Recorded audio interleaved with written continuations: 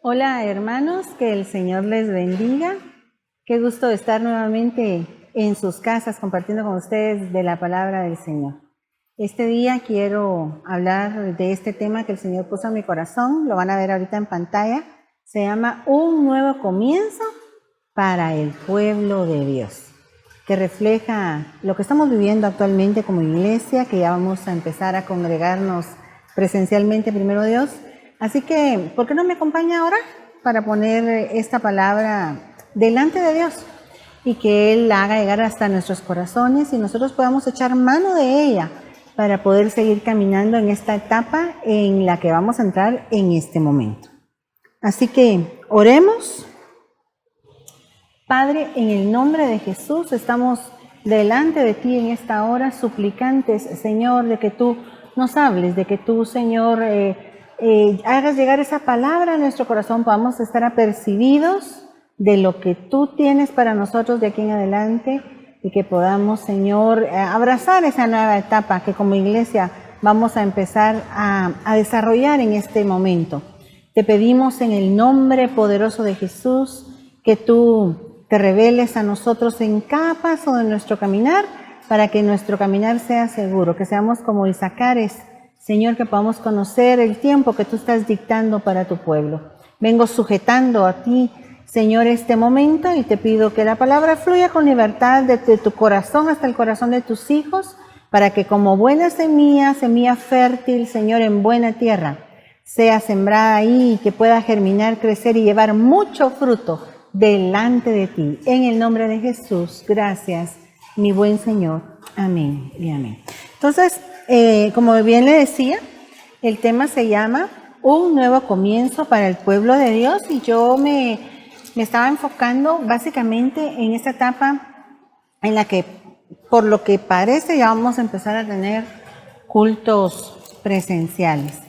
Estamos en ese impasse que tienen los corredores cuando ya van a dar el disparo de salida, en el que ya estamos casi preparados y listos, pero estamos esperando la voz del cielo para podernos congregar.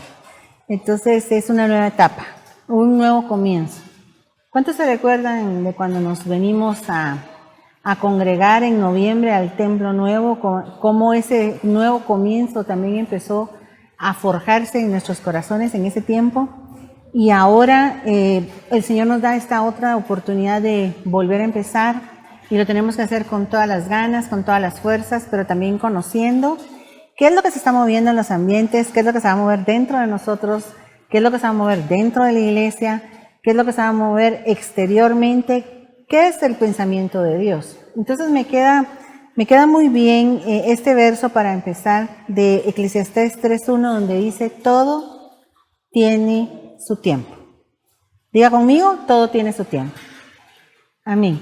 Así es, todo tiene su tiempo y todo lo que se quiere debajo del cielo tiene su hora. Dios nos ha marcado a nosotros con etapas, con estadios. No a toda la gente le gustan los cambios. Hay personas que prefieren lo nuevo conocido que lo viejo. ¿Cómo es? Lo viejo conocido que lo nuevo por conocer. Perdón, lo estaba diciendo al revés.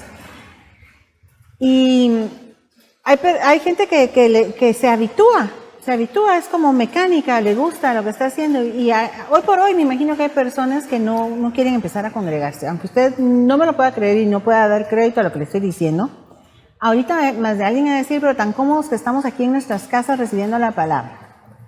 Sin embargo, hay otro grupo de personas que están deseosas de poder empezar nuevamente, de poder tener esa comunión unos con otros, aunque con el consabido distanciamiento social, ¿verdad?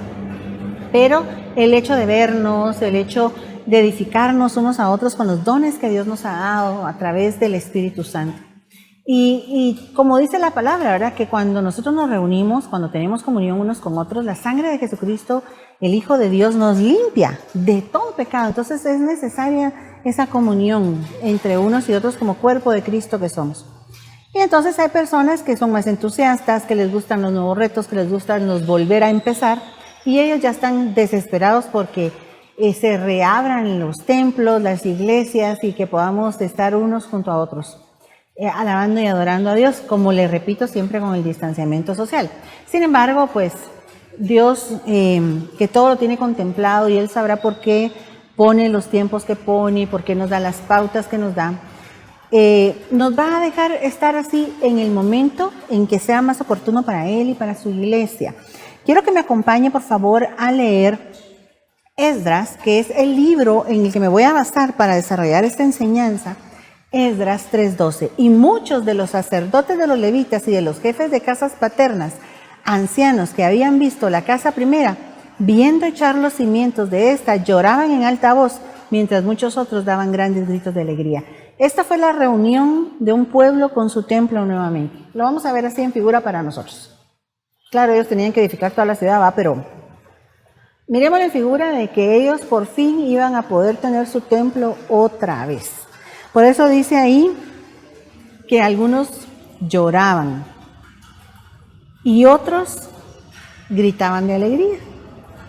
Entonces aquí podemos ver los dos sentimientos de los que yo le estaba hablando. De hecho, el ver las iglesias congregándose ahora con tan poquito número de miembros no deja de impactar el corazón de uno. ¿Cuántas veces he estado yo en reuniones con ministros en donde se gira la plática alrededor de cuántos miembros caben en tu templo? ¿Pero a vos cuántos te caben? Ah, pero tenés bonito espacio. Ah, y así, ¿verdad? Y ahora no hay tales. Son pocas las personas que se pueden congregar en un templo grande. Sin embargo, como les hemos enseñado a ver todo con el ojo bueno, ¿qué hubiera pasado si esto nos agarra en el templo anterior? Y ahora hemos tenido que tener cultos presenciales con unas 25 personas. Pero Dios, que todo lo tiene contemplado, en el mes de noviembre del año pasado nos movilizó para este lugar y nos dio este templo un poquito más grande para que podamos nosotros adecuarnos a esta nueva etapa que viene. Que como le digo, está pronta a suceder, ¿verdad? Yo creo que todos lo estamos esperando con mucho anhelo. Algunos, aunque lo están esperando, dice la Biblia que van a llorar. Créame, yo le voy a abrir mi corazón. Yo cuando vi cómo estaban congregándose en Ebenecer Zona 5, se me salieron mis lágrimas. Y fue cuando Dios me habló y me dijo, se van a confundir los llantos con los gritos de alegría de aquellos que anhelantes de volver a regresar al templo del Señor van a estar felices con su ojo bueno. Usted sabe que todo se puede ver con el ojo bueno o con el ojo malo. Yo puedo verle lo malo, a la gran, no dejaron que entrara nadie, qué barbaridad, cómo nos pueden impedir, o cómo es posible que solo podamos ir una vez en el día al culto, el domingo, y desde cuándo, y ponerlo en forma negativa, pero también podríamos verlo en forma positiva y decir, bendito Padre, nos permitiste regresar a congregarnos. Señor, tú bien podrías haber extendido esto y decir, no se congregan y punto. Sin embargo, pues lo estamos haciendo, podríamos decir, y ver las cosas con ojo bueno y tener gritos de alegría ese día, y de aplausos y de júbilo delante de Dios. Entonces, cada quien va a responder de la manera en que su corazón se encuentre. Pero al final, Dios lo que quiere es que todos estemos agradecidos, porque no es posible que no se pueda distinguir dentro del pueblo el clamor del grito de alegría, de la voz de lloro. Este es otro verso, el que le leí antes era el 3:12. Ah, no, y este es el 3:13, el que sigue, ¿verdad? Entonces dice, y no podía distinguir el pueblo el clamor del grito de la alegría de la voz del lloro, porque clamaba el pueblo con gran júbilo y se oía el ruido hasta lejos. El pueblo de Dios, ¿verdad? Que tan ruidoso que es el pueblo del Señor Jesucristo. Que gloria a Dios, pues, que nos damos a notar. Pero vamos a que había gente que estaba triste. Y a esas personas la Biblia dice, haga oración. Si tú estás triste, haz oración. Es decir, ve y entrégame eso que sientes. Tenemos que entender que las cosas cambiaron, que no van a ser iguales. En muchos aspectos, no estoy hablando solo de la iglesia, ¿verdad? Y que es necesario que nosotros nos vayamos adaptando porque Dios tiene tiempos marcados distintos para cada cosa y Él es el que sabe por qué está permitiendo las cosas como las permiten. El Salmo 34:1 dice, bendeciré a Jehová en todo tiempo. ¿Cuándo es que vamos a bendecir a Jehová? En todo tiempo. En todo tiempo su alabanza estará de continuo en mi boca. ¿Y qué es todo? Todo.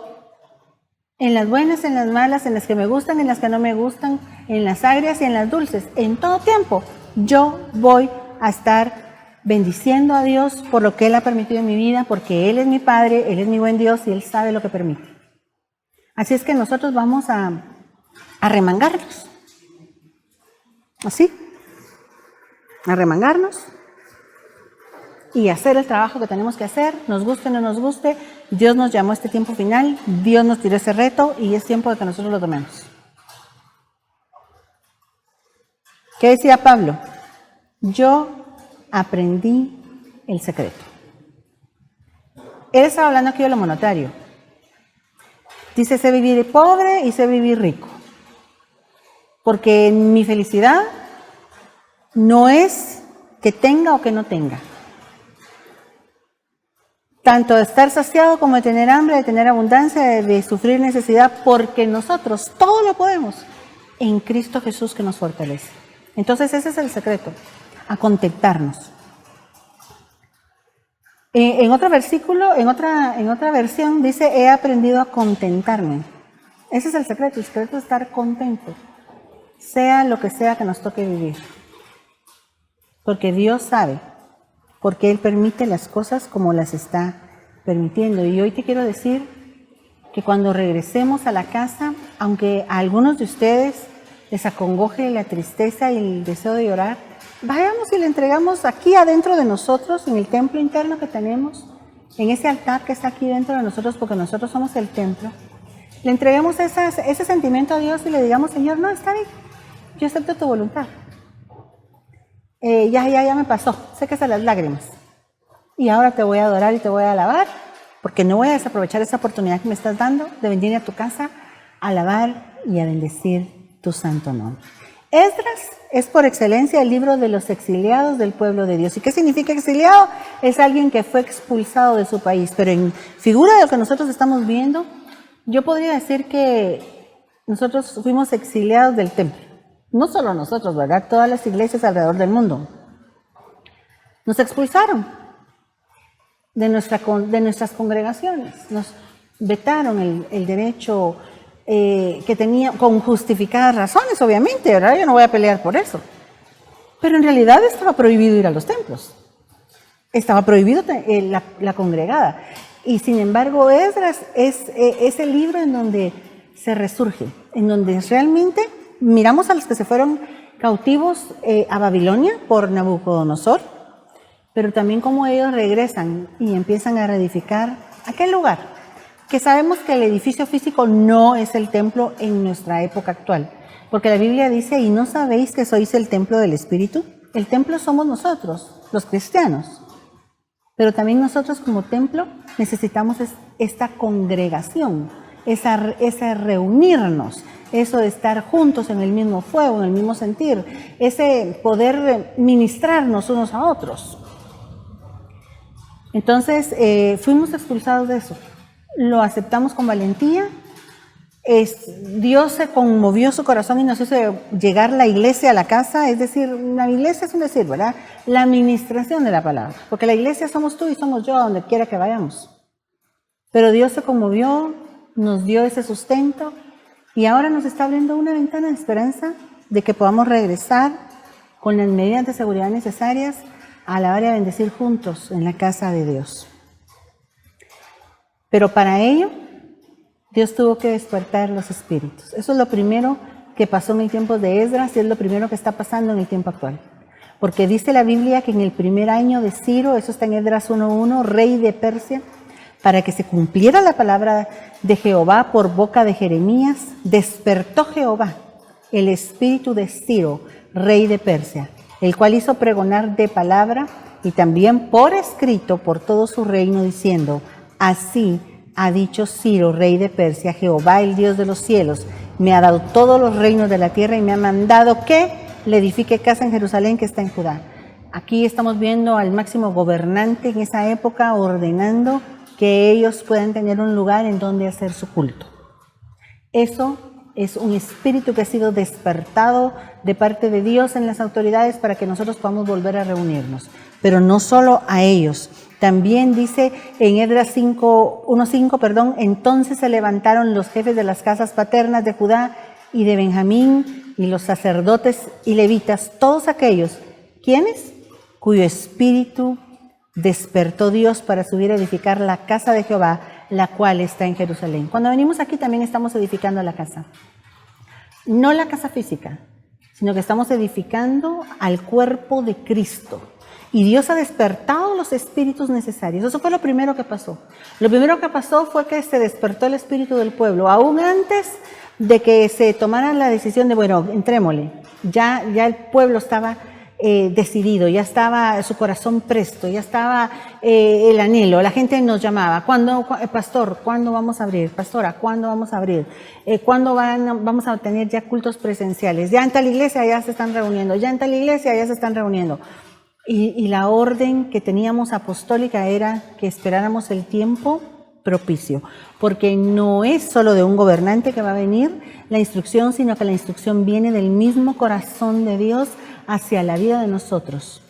Y nosotros estamos bajo cobertura. Usted lo sabe que les hemos enseñado cómo es la cobertura, que tiene dos vías, ¿verdad? Yo estoy cubierto en la medida que me sujeto. Entonces, nosotros también aplicamos para esa regla, porque la Biblia habla de que en la iglesia hay rangos. Hágase todo en sucesión de rangos. Hágase todo decentemente y en orden. Pero en el original, o sea, en la otra traducción, es en sucesión fija de rangos. Todos nos sujetamos, nosotros también. Ustedes se sujetan a nosotros, nosotros también tenemos a quien sujetarnos. Y queremos ser obedientes a la voz de Dios. Entonces no es cuando digan, éntrale ya, no. Estamos esperando que el banderazo de salida venga del cielo, no de la tierra. Amén.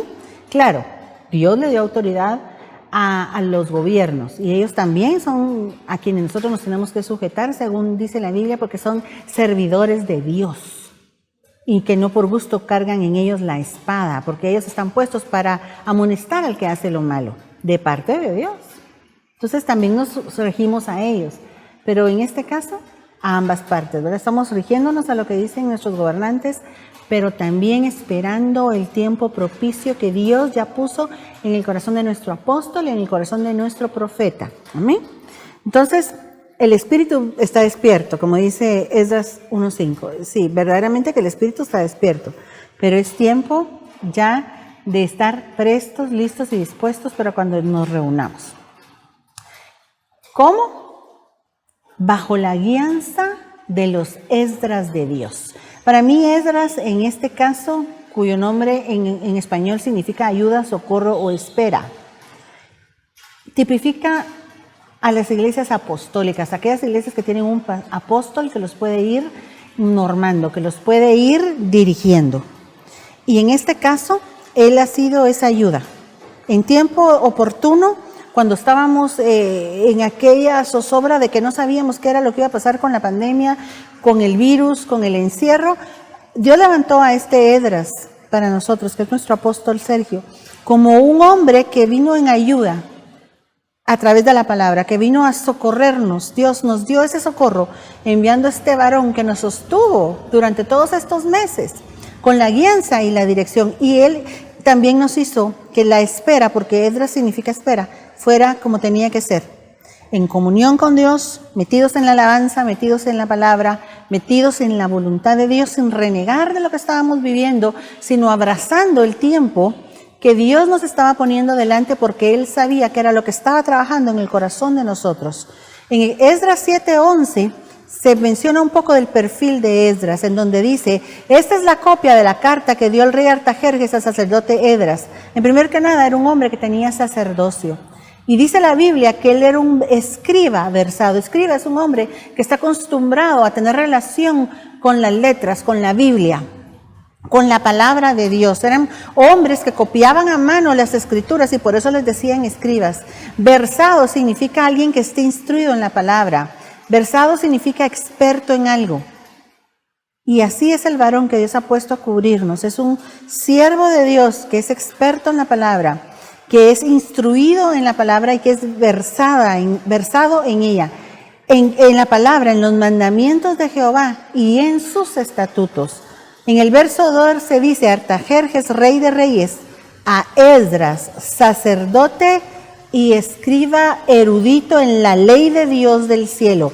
Erudito habla de un varón con conocimientos profundos en múltiples disciplinas dentro de la misma escritura. Y así es el varón que Dios ha puesto sobre nosotros en la misión para que nos vaya guiando y con paso firme y seguro podamos avanzar o detenernos según la voz que Él escucha del cielo cuando vamos caminando en pos de la voluntad de Dios y bajo sujeción en todo momento.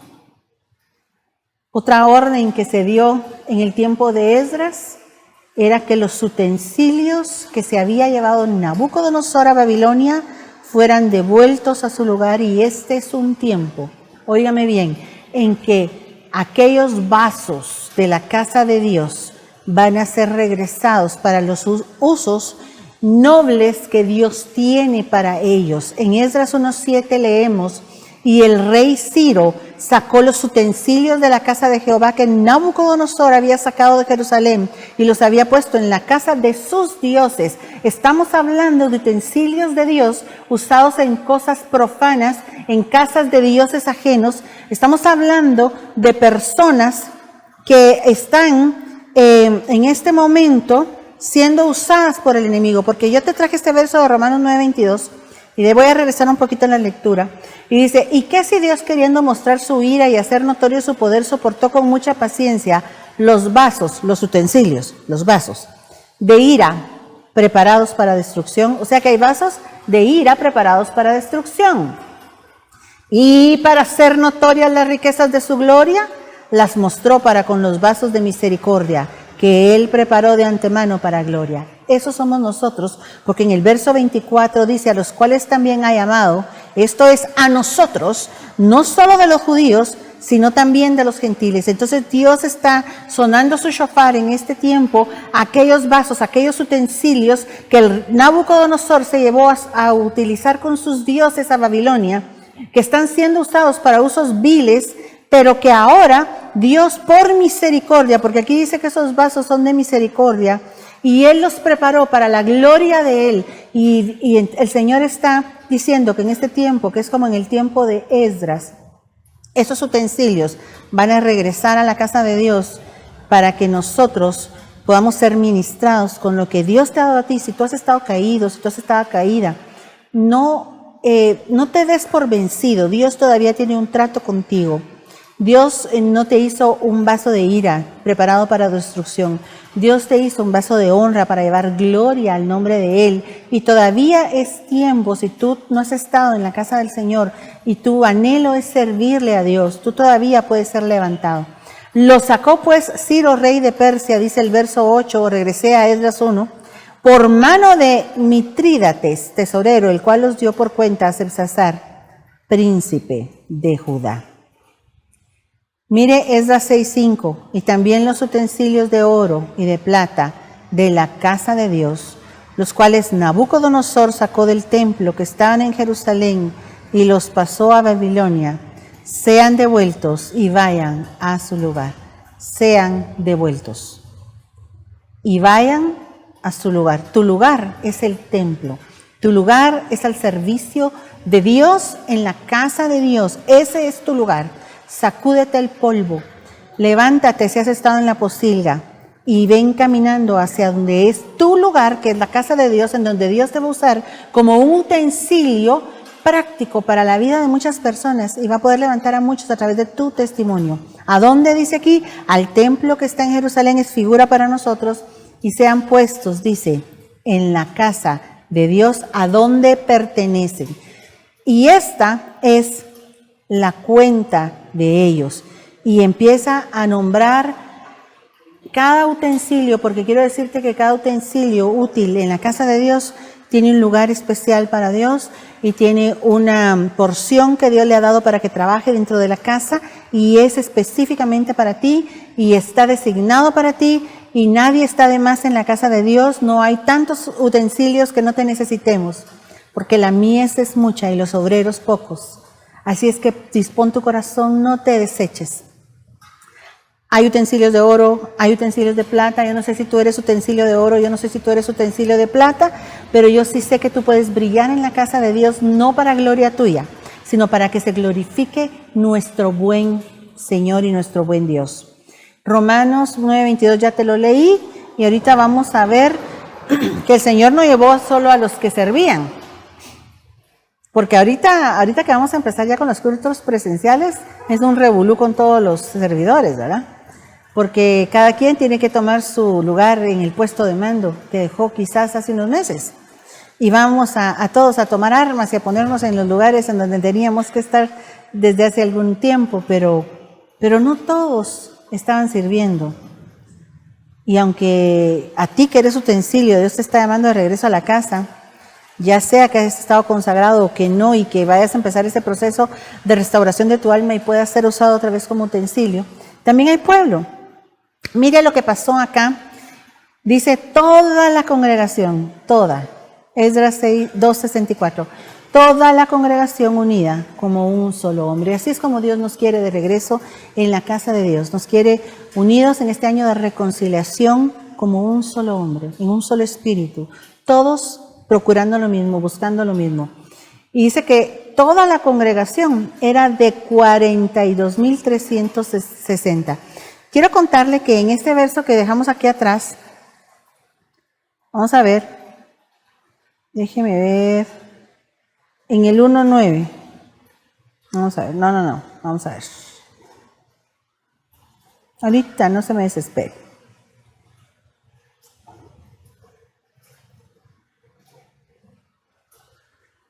Vamos a ver. Parece que confundí un poco los versos. Pero lo que le quería comentar, y entonces se me va a aparecer ahí más adelante, es que cuando ellos regresan a Jerusalén para empezar a edificar el templo, hacen un listado de toda la gente que va. Y no sé si se recuerdan de las guías telefónicas de antes, que tenían un montón de nombres, y uno, no era un libro que uno se fuera a sentar a leer una tarde, ¿ah? Porque eran solo nombres y genealogías como las que aparecen en la Biblia. Así es este libro de Esdras, cuando él está presentando el listado de todos los que iban a regresar a vivir a Jerusalén para que fuera reedificada la ciudad y fuera reedificado el templo. Y el Señor ponía en mi corazón que esto habla de que Él nos conoce a todos por nombre, de que no somos un tiro al aire, sino que cada uno por nombre tiene un lugar para Él. Toda la congregación, dice, era de 42,360, pero se dispara en el nombre de cada familia y cuántos miembros llevaba cada familia. Esto es sin contar siervos y siervas, los cuales eran 7,337 y tenían 200 cantores y cantoras. Yo miro que en la figura de Esdras aparece todo el culto. Menciona profetas, menciona címbalos, menciona shofares, menciona cantores, cantoras, menciona siervos, siervas, menciona caballos, menciona bueyes, menciona asnos, menciona utensilios de oro, utensilios de plata, menciona personas por nombre. Esdras 3:10, y cuando los albañiles del templo de Jehová echaban los cimientos, pusieron a los sacerdotes, menciona a los sacerdotes, es decir, personas que han aprendido a desarrollar un sacerdocio verdadero en Dios, vestidos de ropas y con trompetas, ropas, es decir, uniformes, hasta eso menciona. Y a los levitas, hijos de Asaf, con címbalos, para que alabaran en la casa de Jehová según la ordenanza de David, el rey de Israel. Dios nos está llamando en este tiempo a que todo empiece a encajar en su lugar, que todos empecemos a tomar el lugar que nos corresponde dentro de la casa de Dios. Dentro del listado que da en todo el capítulo 2, si usted lo quiere leer, ahí menciona los nombres de todos. Al llegar al verso 31 dice, y los hijos del otro Elam, 1254. O sea que ya había mencionado un Elam antes, que yo se lo puse aquí en Esdras 8:7. Dice, de los hijos de Elam, Jesaías, hijo de Atalías, y con él 70 varones. O sea que habían 2 personas dentro del grupo que iba a regresar a Jerusalén que tenían el mismo nombre patriarcal, ¿verdad? O sea, ellos eran jefes de casas paternas. Pero Dios no se le confundían el uno con el otro. Aunque tenían el mismo nombre, Él en ese momento les estaba diciendo, y también el otro Elam. Como que dice, miren, yo tengo contados hasta los cabellos de su cabeza. Eso es lo que dice Lucas 12:7. Conozco su nombre, conozco su despertar, conozco su acostar, conozco todo de ustedes. Todo me lo sé. Yo los conozco a ustedes, a cada uno. Y no importa que dos de ustedes se llamen igual. También del otro lado yo llevaba un registro. En cuanto a ustedes mismos, dice Lucas 12:7, hasta los cabellos de la cabeza Él los tiene contados uno por uno. ¿Será que si Dios tiene contados los cabellos de tu cabeza, no te conoce a ti? ¿Será que si Dios tiene contados los cabellos de tu cabeza, no tiene cuidado de cada una de las cosas de tu vida? De cada uno de tus pensamientos, de cada uno de tus sentimientos, de cada una de tus necesidades? Claro que sí. Dios tiene cuidado de sus hijos. Y aunque seamos muchos o seamos pocos, los que estemos en una congregación, a eso me refiero, Dios tiene cuidado y nos conoce por nombre a cada uno. Los 3 periodos relatados en el libro de Esdras narran: 1, la oportunidad que Dios le extiende al pueblo al mover y despertar los espíritus de la gente para que empiecen otra vez a congregarse. 2, las amenazas exteriores de la gente de afuera, los que no son cristianos, e interiores, ahí lo vamos a ver más adelante, y la respuesta que dio el pueblo de Dios, cómo algunas veces se amedrentaron y cómo otras salieron adelante y se defendieron. Miremos los peligros internos. Estos son los hijos de la provincia que subieron del cautiverio de aquellos que Nabucodonosor, rey de Babilonia, había llevado cautivo a Babilonia y que volvieron a Jerusalén y a Judá, cada uno a su ciudad, los cuales vinieron con Zorobabel, y etcétera, etcétera, etcétera. El número de los varones del pueblo de Israel, los hijos de Paros, 2172. Ahí esa era la lista que estaba buscando. Entonces viene y empieza a decir, los hijos de tal patriarca, tantos. Los hijos de tal patriarca, tantos. Pero cuando llega a los hijos de Adonicam, dice que ellos eran 666. Dentro del pueblo también vienen 666.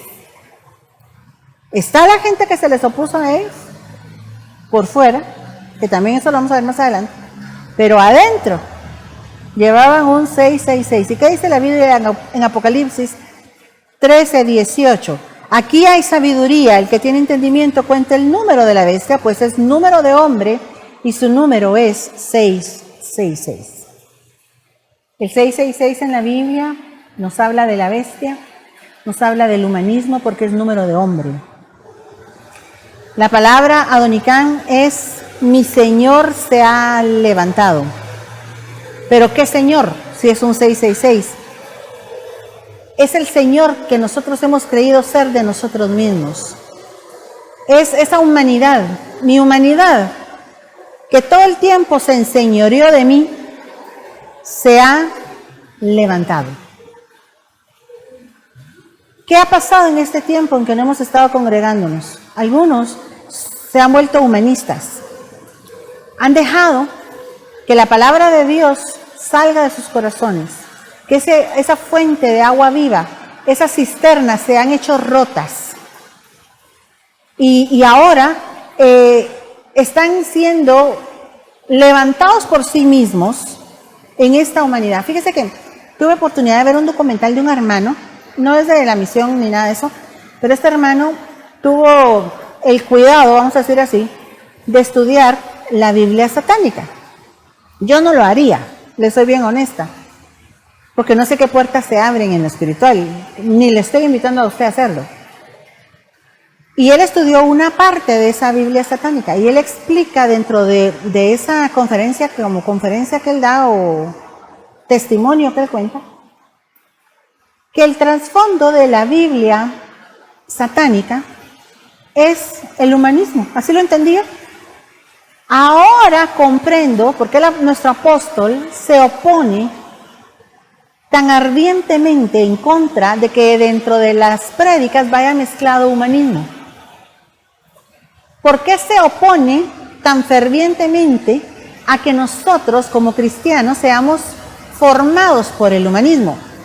Yo me imagino que él no ha leído, nuestro apóstol, a él me refiero a la Biblia satánica. Evidentemente no lo ha hecho. Es el Espíritu Santo que le da el testimonio de que eso no está bien y que es grave. Y es grave. Porque lo que predica la Biblia satánica es que el hombre se tiene que dar gusto a sí mismo, sin importar qué barreras o qué límites corra. No importa si es con niños, si su deseo sexual es con niños, hablando de lo sexual, aunque a ellos les hablan ahí de todo deseo, de toda lujuria, de toda concupiscencia dirigida a cualquier área de la vida. El otro día estaba viendo un post que alguien puso, no recuerdo quién, pero yo casi solo gente cristiana tengo en mis redes, y alguien puso un post que decía: yo también merezco ser feliz por sobre todos los demás, me voy a dar el primer lugar. Y yo me puse a pensar cuánto de esa teología, o como le dijera yo, doctrina satánica se ha metido sutilmente dentro de nuestro conocimiento. Frases que nosotros miramos bonitas, pero que el trasfondo es el 666, este Adonicán. Mi Señor interno se ha levantado para darse gusto a sí mismo. Y cuando nosotros regresamos a la congregación, porque estamos enfocándolo a este Esdras, en el tiempo de que ellos regresan otra vez y restauran el culto a Dios, que es lo que nosotros estamos a punto de hacer, tenemos que tener cuidado no solo de los 666 que vengan entre el grueso de gente que vamos a empezar a congregarnos y que pudieran querernos sacar de la palabra real de Dios, de la doctrina real de Dios, sino de aquel 666 dentro de nuestro corazón que quiera levantarse como my Lord arose, como dice aquí, mi Señor se levantó, para causarnos problemas.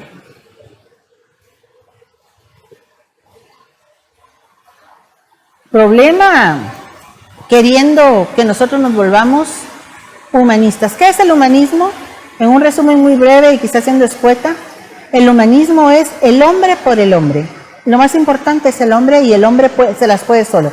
Otra de las cosas que dice esa Biblia es que no existe quien te pueda ayudar, que tú eres tu mismo Dios y que solo tú te puedes ayudar a ti mismo, que es contrario a lo que dice la Escritura.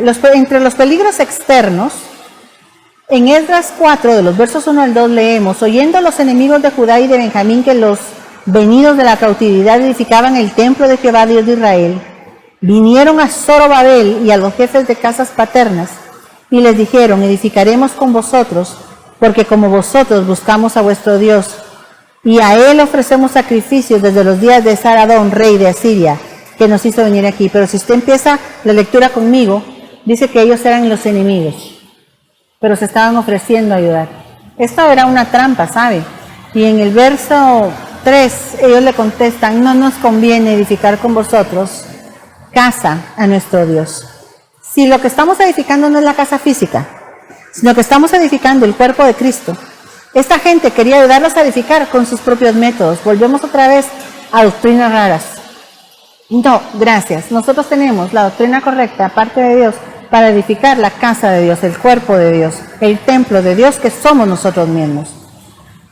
Nosotros solos, dice, la edificaremos a Jehová, Dios de Israel, como nos mandó rey Ciro, rey de Persia, pero el pueblo de la tierra intimidó al pueblo de Judá. Podría ser que en determinado momento, ahora que es un momento de transición en que el pueblo va a darse una nueva oportunidad, nos quieran intimidar. 3 veces quisieron intimidar al pueblo este. Algunas veces ellos lo lograron y no edificaron, y con el tiempo tuvieron que empezar nuevamente. Dice que esta gente sobornó, aquí le estoy leyendo el verso 5, sobornaron además contra ellos a los consejeros para frustrar sus propósitos. Aquí ya estamos hablando que fueron con las autoridades para sobornar y que ellos no pudieran seguir. Todo el tiempo de Ciro, rey de Persia, y hasta el reinado de Darío, rey de Persia.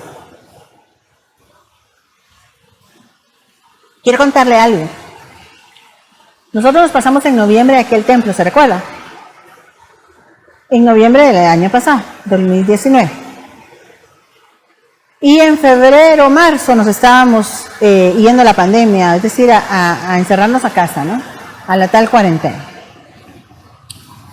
Pero en ese ínterin, entre ese noviembre y febrero, presentaron una denuncia contra nosotros ante las autoridades, argumentando que el alto del pico más alto del templo estaba fuera de los límites legales, lo cual a simple vista no puede ser, porque la edificación de la bodega que tenemos aquí enfrente de la iglesia es más alta.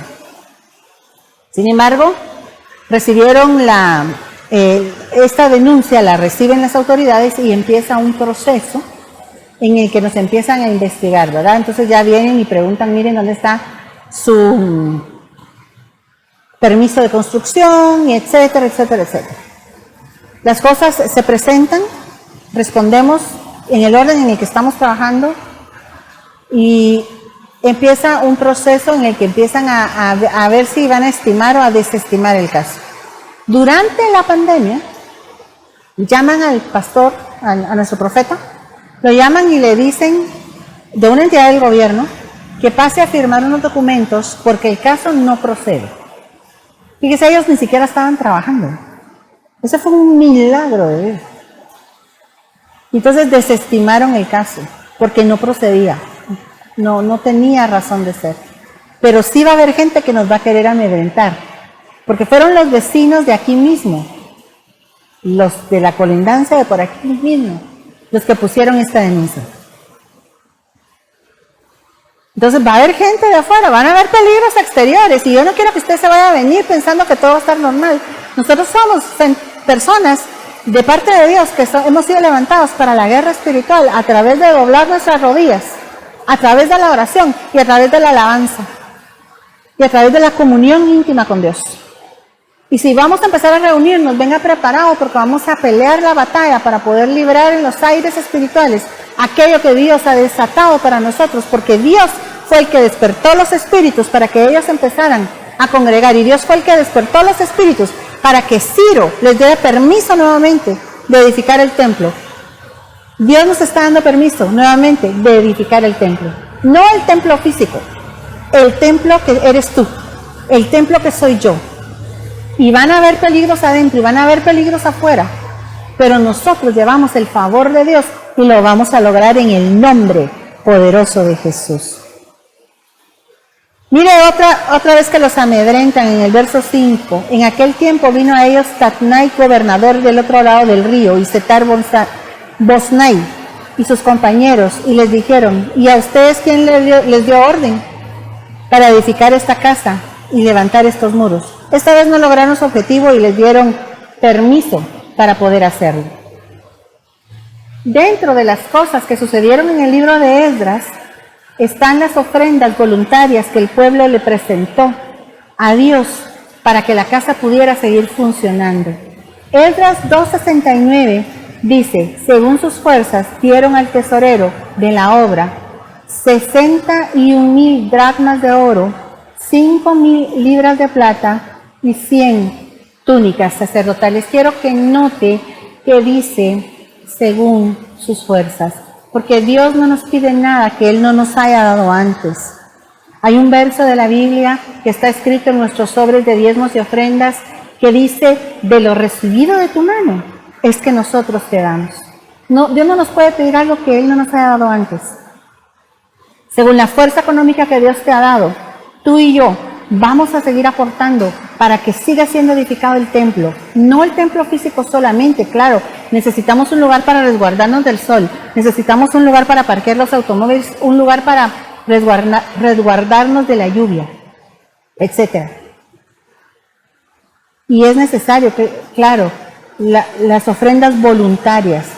La Biblia dice en 2 Corintios 9:6 que nosotros demos como hemos propuesto en nuestro corazón para la casa de Dios. Que no lo hagamos con tristeza y que no lo hagamos con necesidad, porque Dios ama al dador alegre.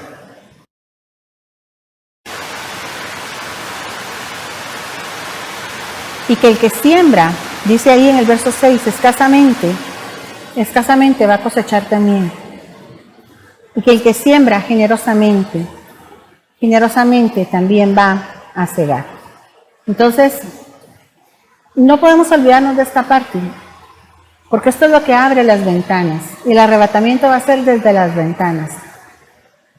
Necesitamos abrir nuestras ventanas para ser encontrados fieles delante de Dios. Muy bien. De entre las cosas que iban para Jerusalén cuando ellos iban a edificar, iban caballos, mulas, camellos y asnos. Los caballos hablan de la fuerza de trabajo. Gente dentro del pueblo que aporta para la casa de Dios con la fuerza de su trabajo. Los mulas y los asnos se pueden ver también como la rebeldía del alma, ¿verdad? Sabemos que cuando el Señor entró a Jerusalén montado en el asno, lo hizo cuando puso los mantos apostólicos sobre aquel animalito. Y nos habla de doblegar bajo una administración apostólica nuestra parte asna, nuestra parte rebelde, para que el Señor pueda tomar posesión de nosotros, porque Él se montó sobre el asno. Los camellos nos hablan de ministros. El camello es figura de los ministros que están hechos, fabricados, no sé la palabra, no se me viene ahorita, acondicionados para atravesar el desierto sin problema. Como Moisés, que estuvo 80 años en el desierto.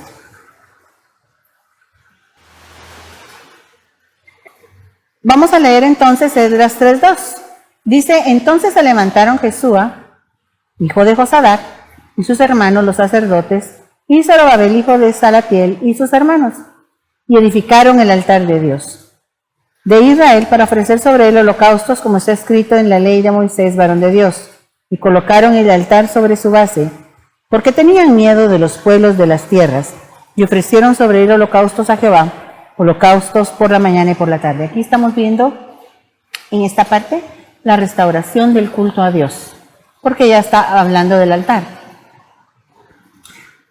¿Y qué es lo que nosotros vamos a empezar a hacer ahorita? Ahora miremos este subtítulo que es Conoce el tiempo que estás viviendo.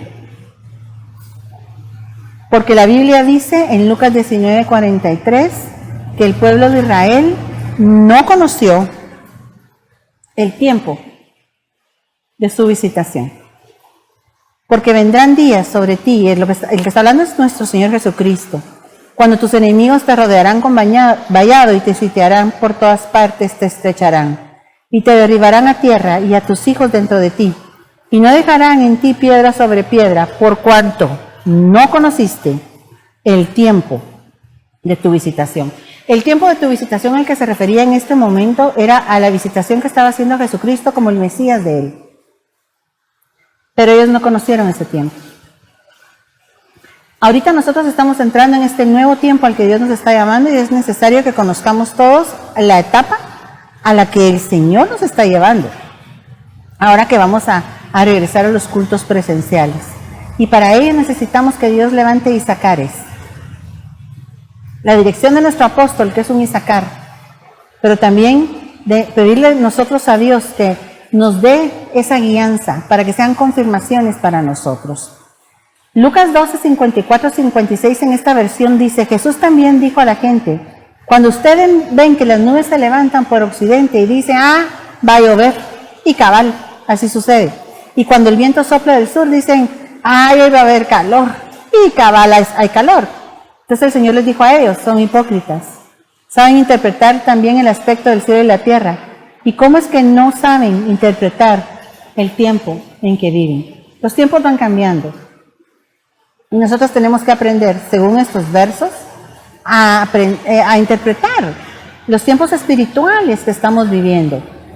Primera de Crónicas 13:32 dice que de los hijos de Isacar 200 principales, entendidos en los tiempos, así que tenemos que ser nosotros, entendidos en los tiempos, y que sabían lo que Israel debía hacer. Ellos no solo sabían qué tiempo era el que estaban viviendo, también sabían qué era lo que procedía a hacer en ese momento, cuyo dicho seguían todos sus hermanos. Isacar significa él traerá recompensa. Hay recompensa en conocer qué es el tiempo que estamos viviendo y cómo actuar en determinado tiempo. Hay una gran recompensa porque la persona saca buena ventaja de ello y puede llevar con paso firme la voluntad de Dios en la siguiente etapa a la que Él está llamando. Mire lo que dice Eclesiastés del tiempo. Todo tiene su tiempo. Todo. Tiempo de nacer, tiempo de morir, tiempo de matar, tiempo de curar, tiempo de destruir, tiempo de edificar. Me voy a regresar al 2, tiempo de plantar. Y puede ser leerlo en todo el capítulo 3 de Eclesiastés. Tiempos, hay muchos. Pero el Señor hoy nos está diciendo a nosotros que velemos en cualquiera que sea el tiempo que estemos viviendo. Voy a ir concluyendo ya con estas recomendaciones. Sobre velar, ya les di una prédica completa, una enseñanza completa. Pero se las recuerdo hoy porque dice este verso de Lucas 21:36. Velad pues. ¿En cuál de los tiempos? En todo tiempo. No importa cuál sea la etapa que estás pasando, tú tienes que velar, y velar es estar alerta a lo espiritual. Orando que ustedes sean tenidos por dignos de escapar de las cosas que van a venir y de estar de pie en aquel día delante del Hijo del Hombre. ¿Es que voy a hacer en todo tiempo? No importa qué tiempo sea. Porque mire pues, yo no soy un Isaacar. No sé discernir los tiempos ni qué es lo que hay que hacer. Pero para eso Dios ha puesto hombres que van adelante de nosotros guiándonos como Isacares. Pero si tú eres un Isacar a quien Dios le muestra los tiempos, cuando el que va guiándote solo te da la orden, para ti es una confirmación de lo que Dios ya te dijo a ti. Sea una forma o de la otra, en todo tiempo, Dios nos llama a estar alertas, a estar velando, porque el tiempo es corto y su advenimiento lo tenemos pronto. Otra cosa que Dios quiere que hagamos, aparte de estar alertas, es decir, velando, en Efesios 6:18 dice que otra cosa que se hace en todo tiempo es orar. ¿Orando? ¿En qué tiempo? En todo tiempo. Con todo tipo de oraciones, porque hay un montón de oraciones, ¿verdad? Diferentes. Y súplica en el Espíritu, velando en ello, con toda perseverancia. Y súplica por todos los santos y por mí, a fin de que al abrir mi boca me sea dada palabra para dar a conocer con denuedo el misterio del Evangelio. O sea que no vamos a orar solo por nuestras necesidades, sino también para que el que nos va guiando, cuando abra su boca, Dios sea el que le esté dando esa dirección para nosotros. Recapitulando, ¿qué vamos a hacer en todo tiempo? Velar, es decir, estar alertas, y orar. Esas dos cosas Dios nos dice que hay que hacerlas en todo tiempo. Miremos esta también, del Salmo 34:1, que ya lo habíamos leído, pero ahorita lo vamos a enfocar a qué son aquellas cosas que Dios espera que hagamos en todo tiempo. Bendeciré a Jehová en todo tiempo, su alabanza está de continuo en mi boca. ¿Ya se le quedaron las tres cosas que vamos a hacer en todo tiempo? Estar alertas, es decir, velando; orando, es decir, orando de continuo sin cesar, no importa el tiempo que estemos viviendo; y lo otro es alabando a Dios, bendiciendo al Señor en todo tiempo. Y aquí lo podríamos partir en dos, porque bendecir a Dios habla de decir bien de Él. Bendecir es decir bien, y maldecir es decir mal.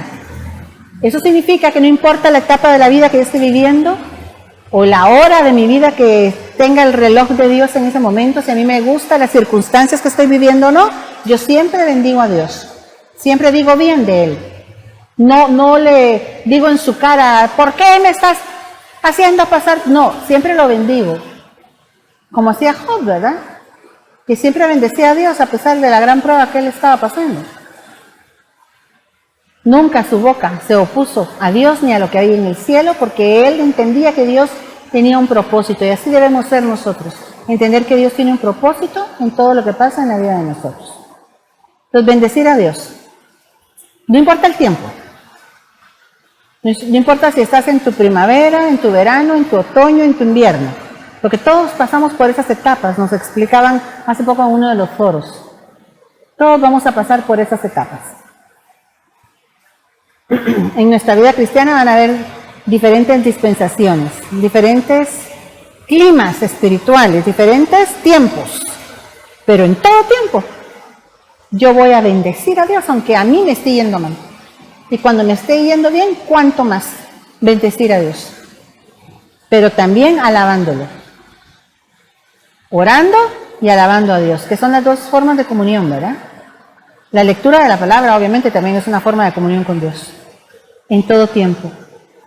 Que de continuo en nuestra boca esté su palabra, en todo tiempo. ¿Para qué? Para que no importa que no sepamos mucho discernir qué tiempo es el que estamos viviendo, estemos alertas, estemos velando, seamos encontrados velando para ser tenidos por dignos de escapar de lo que ha de venir sobre la tierra. Así es que ese era el tema que te traía el día de hoy. Le pido a Dios que Él nos conceda ese regreso a casa física, ¿verdad? Con un conocimiento más de lo que se mueve en lo espiritual.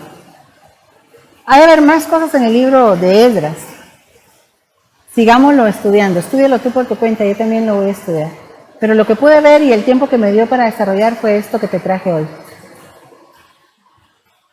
Vamos a reunirnos en breve, primero Dios, así nos lo conceda nuestro buen Padre, y es necesario que estemos apercibidos de las cosas antes de que sucedan, y que como guerreros de Él estemos firmes para la batalla. ¿Por qué no me acompaña ahora? Mi buen Dios, en el nombre de Jesús, hoy ponemos delante de ti, Señor, esta palabra para que como clavo hincado quede en nuestros corazones. Danos hambre por tu palabra para seguir leyendo el libro de Esdras, Señor, y poder entender tantas cosas maravillosas que tú has dejado escondidas ahí, acerca de nuevos comienzos para el pueblo de Dios cada vez, y nuevas etapas y nuevos tiempos que tú traes para tu pueblo.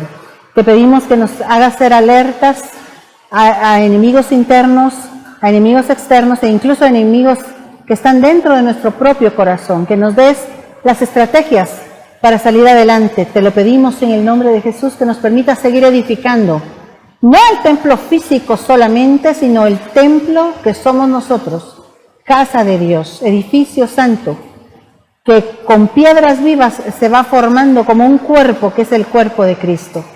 Que podamos ser edificados para ti, Señor, en el nombre de Jesús. Te pido, Señor, que nunca falte esa alabanza en nuestra boca, esa bendición hacia ti, que nunca falte esa oración y ese espíritu de alerta. También despierta nuestros espíritus para empezar a congregarnos. Trae, Señor, todas las necesidades ya cubiertas de tus hijos y de esta casa para que nos podamos congregar nuevamente. Despierta cada corazón, te lo pido en el nombre de Jesús. Amén.